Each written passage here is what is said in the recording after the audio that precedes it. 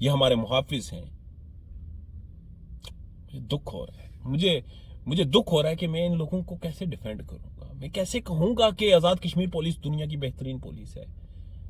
میں کیسے کہوں گا کہ جب آپ نیلم جائیں, جب آپ مظفر آباد جائیں, جو ٹورسٹ پولیس ملتی ہے وہ بہت فرینڈلی ہے. میرے تو ان کے لیے بھی خدشات سر ہو گئے. مجھے تو ڈر آتا ہے. آزاد کشمیر میں خواتین گھومتی ہیں, وہ ٹورسٹ جاتے ہیں, لوگوں کے مسائل ہوتے ہیں. آزاد کشمیر پولیس کا یہ امیج تھا کہ انہوں نے گزشتہ سال پتہ نہیں کتنے لاکھ کی چیزیں, لوگوں کی گمشدہ چیزیں انہیں واپس کی ہیں ڈھونڈ کر. وہاں پر آپ جائیں, آپ کو گیسٹ ہاؤسز میں بھیجتے تھے. اس واقعے کے بعد کوئی پولیس آفیسر آپ کو ریفر کرے گا گیسٹ ہاؤس میں تو آپ جائیں گے. یہ پولیس ڈپارٹمنٹ کا امیج اور سٹیک لگ گیا ہے. میری گزارش ہے انوار الحق صاحب سے, سر میرے آپ سے لاکھ اختلافات ہیں, مجھے آپ کی گورنمنٹ سے ہزاروں اختلافات ہیں, مگر خدا کے لیے آپ کے ہاتھ میں کچھ نہیں, میں جانتا ہوں آپ ہی بہت بے بس ہیں. مگر جو بھی ہے وہ کریں سر, جو بھی ہے. یہ آزاد کشمیر کے امیج کی بات ہے, یہ پولیس ڈپارٹمنٹ کے امیج کی بات ہے, یہ ہمارے محافظوں کے امیج کی بات ہے. ایک انسان کو بچانے کے لیے آپ پوری ریاست آپ جلا دیں گے. پوری ریاست میں آپ ایک ایسی فضا کریٹ کرنے لگے جو خوفناک ہے. یہ آئیڈیوز آپ جس بھی پلیٹ فارم پہ کہیں گے آپ کے پاس بھی ہوں گی, اگر نہیں ہے تو میں جس پلیٹ فارم پہ کہیں گے میں پیش کروں گا, جہاں کہیں گے جس حیثیت میں کہیں گے میں پیش ہوں گا. مگر خدا کے لیے آزاد کشمیر کے لیے, آزاد کشمیر کے پرامن خطے کے لیے, میرپور کے لیے, میرپور کی اولیاء اکرام کی دھرتی کے لیے, اس پاک دھرتی کے لیے, اس آئیڈیل سٹی کے لیے, اس منی لندن کے لیے, خدا کے لیے غیر جانبدار ہو جائیں. ایک پولیس والا ہی تھا, ایک کرپٹ تھا, ایک زانی تھا, ایک شرابی تھا, سب کچھ واضح ہو گیا نا. یہ جو لوگ یہ امیج کریٹ کرنے کی کوشش کر رہے ہیں کہ یہ بدبخت انسان نہیں جی, یہ اسے پھنسایا جا رہا ہے. فار ایگزامپل پھنسایا ہی جا رہا ہے جی, منشیات مافیا نے پھنسایا ہے. عورت تو مجبور ہے نا, آئیڈیو میں عورت مجبور ہے. اگر عورت انہوں نے ایک دانے کے طور پر بھی پھینکی, فرض کر لیتے ہیں پھینکی, جو کہ نہیں ہے حقیقت, پھر بھی پھینکی, دانے کے طور پر پھینکی, تو کیا آپ کے پاس یہ رائٹ تھا کہ آپ اس طرح اس کے ساتھ جنسی طور پر اسے ہراساں کرتے؟ ہرگز نہیں. عمران گجر صاحب, آپ نے ظلم کیا, اور جانے کتنے آپ نے ظلم کیے ہوں گے, اور اب آپ بے نقاب ہوئے. میری آخر میں آزاد کشمیر کی کمیونٹی سے, ایکشن کمیٹی آزاد کشمیر سے, جو کہ آزاد کشمیر کے لوگوں کے حقوق کے محافظ ہے, ان سے, علماء اکرام سے, سول سوسائٹی سے, پولیس ڈپارٹمنٹ سے, گورنمنٹ سے, سب سے ہاتھ جوڑ کر درخواست ہے, ان بیڑیوں سے جان چھڑائیں, ان کو پٹے ڈالیں, ان کے پٹوں کا بندوبست کریں. ہماری مائیں, بہنیں اور بیٹیاں جو گھروں سے باہر نکلتی ہیں انہیں محفوظ رکھیں. آزاد کشمیر کے امیج کی بات ہے, آزاد کشمیر کے امن کی بات ہے, میرپور کے سکون کی بات ہے, میرپور کے اس نظریات کی بات ہے, اس تصور کی بات ہے جو لے کر دنیا میرپور جاتی ہے, اور میرپور سے ایک پازیٹیو امیج لاتے ہیں. خدا کے لیے سوچیں, ذرا نہیں بہت سا سوچیں.